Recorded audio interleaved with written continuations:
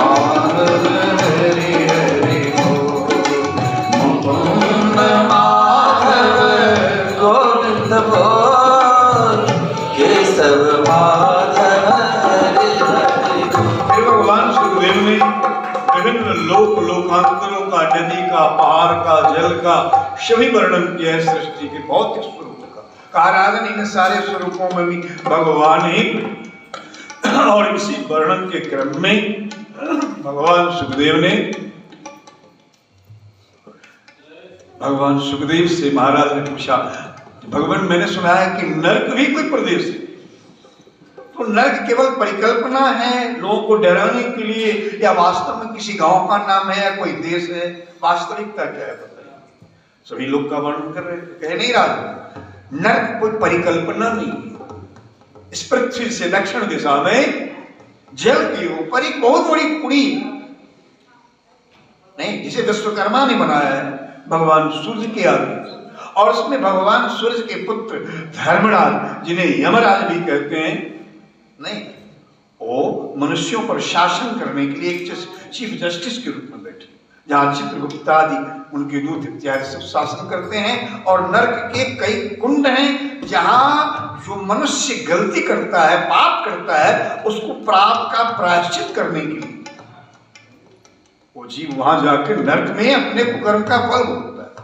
नहीं, जैसे कपड़े गंदे हो जाए तो धोबी के घाट पर जाता है और उसको क्या कहते हैं, बर्तन में रख के या गर्म पानी में उबाल के, या फिर ऊपर से डंडा लगा के पीट पाट के फिर मल को साफ करके निर्मल कर दिया जाता है। तो वही समझ लो कि तुम नरक जो है वो धोबी का घाट नहीं, जो गलती करोगे, जो दाग लगाओगे, वहां जाके पिटाई कुटाई, और पिटाई कुटाई का बड़ा भयंकर वर्णन नहीं, कड़ा में तेल की तरह वाले शरीर को काटे, ऐसे करे वैसे करे, कोल्हू में पिड़े। हम विस्तार से वर्णन नहीं कर रहे हैं, आप लोग जानते हैं, इसलिए डर के मारे परीक्षित महाराज कांपने लगे, कहे प्रभु ये तो बड़ा गजब हो गया। कहा हम तो भागवत सुन रहे थे, तो अभी भी भागवत सुन रहे हो? अरे भागवत में भी तो है। कहा प्रभु कोई उपाय हो कि गलती हो भी जाए तो कुटाई कुटाई ठुकाई नहीं हो, नरक की आग में नहीं जलना पड़े, ऐसा कोई उपाय है भागवत में? कहा राजन देखो, लाग लपेट की बात तो मैं करता नहीं, जैसा करोगे वैसा भरोगे। तुम मैं बड़ी बड़ी हरिकांत बाबू की तरह मिर्ची खाओगे तो रसगुल्ला की तरह मीठा तो लगेगा नहीं, क्यों जी? अरे रसगुल्ला खाओगे तो मिर्ची की तरह कड़वा नहीं लगेगा, है कि नहीं?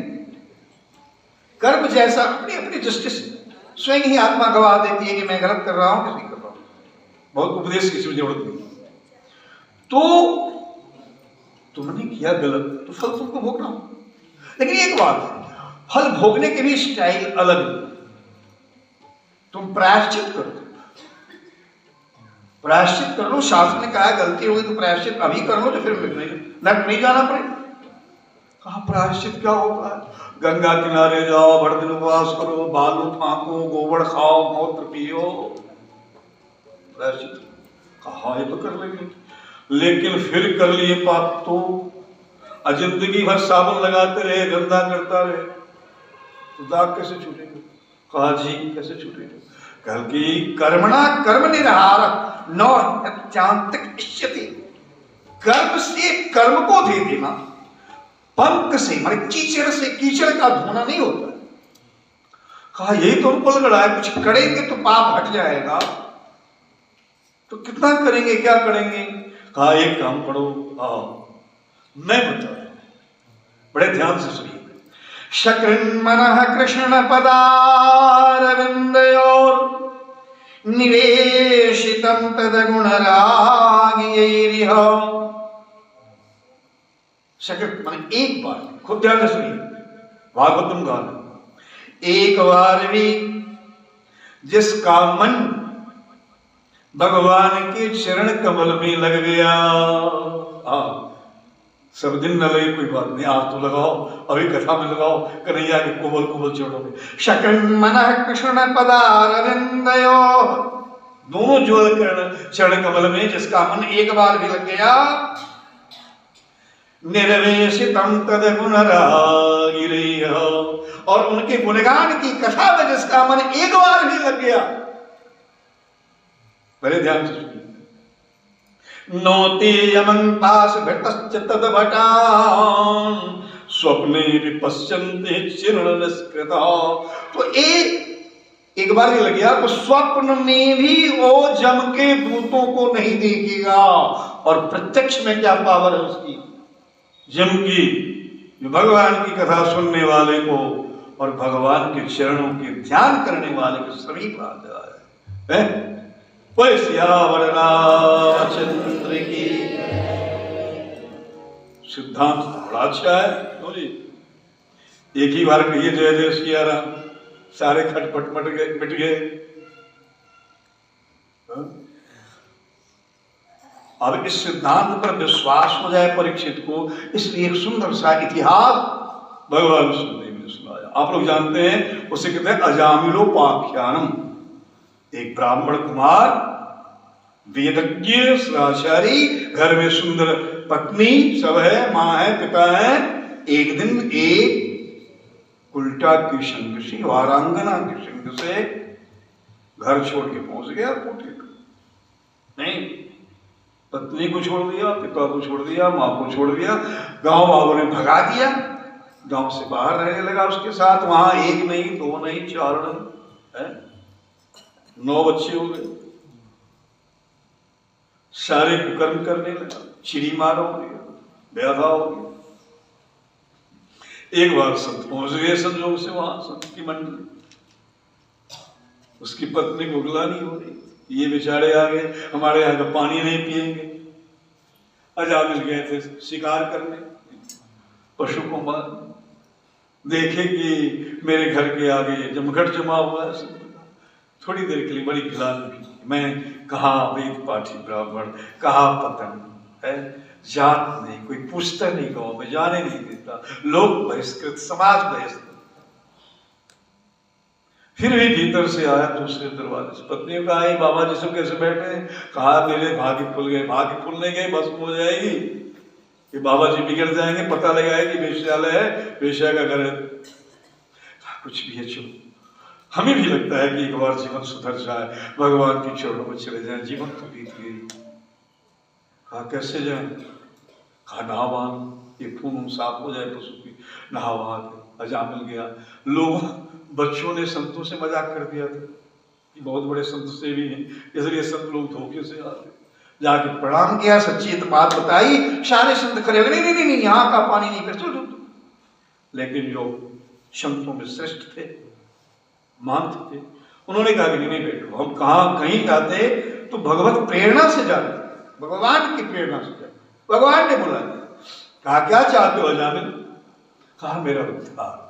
तेरा उद्धार तो कठिन हो गया, लेकिन भागवत भगवान में सबके लिए रास्ता, उद्धार हो जाएगा। क्या? तो तेरी पत्नी फिर गर्भवती है, सत्य दिव्य दृष्टा ऋषि ने कहा 10वीं संतान होने वाली। कहा मुझे नहीं मालूम। कहा कि तुझे नहीं मालूम? पत्नी से पूछ। पत्नी कहा जी हमें गर्भ। आज इसका नाम रखना नारायण। क्या रखना? नारायण। हमारे यहाँ की परंपरा है भाई, अपने बच्चों का नाम भगवान और भगवती के नाम पे अब नहीं रखते। अब तो बड़ा उल्टा पुल्टा हो गया। अब दादी भी नहीं कहती है अपना पोती को गंगा दाई। वैसे हमारे घर में हमारी पत्नी ने अपनी पोती का नाम रखा शांभवी। क्या बात है, शंभु की अर्धांगिनी शांभवी। तो रखना चाहिए।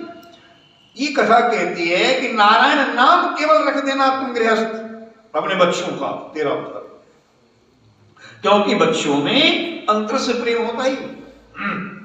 वही हुआ, संत लोग चले गए। अजामिल जो बच्चा पैदा हुआ उसका नाम रखा नारायण। और एक दिन जब मृत्यु योग आ गया, यमराज आ गए, जमदूत पकड़ के खींच रहे थे प्राणवायु को जमपास में बांध के, कि वहां बच्चे नारायण को देखा खेलता हुआ, प्रेम के कारण जोर से पुकारा नारायण। बेटे को पुकारा, दृश्य बदल गया, आंखें उलट गई। जमदूत विष्णुदूत आ गए, भिड़ गए। नहीं, जमदूत से छुड़ा दिया नारायण को दूतों ने।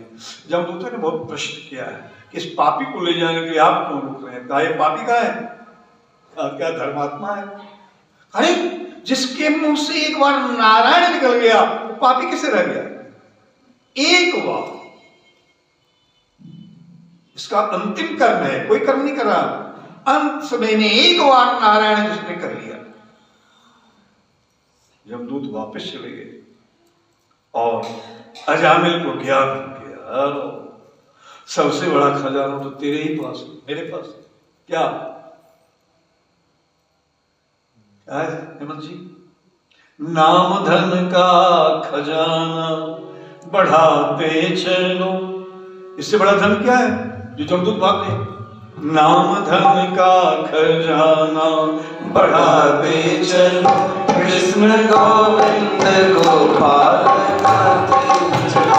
नाम धन का खजाना बढ़ाते चलो, कृष्ण गोविंद गोपाल गाते चलो। नाम धन का खजाना बढ़ाते चलो, कृष्ण गोविंद गोपाल गाते चलो। नाम धन का खजाना बढ़ाते चलो, कृष्ण गोविंद गोपाल गाते चलो।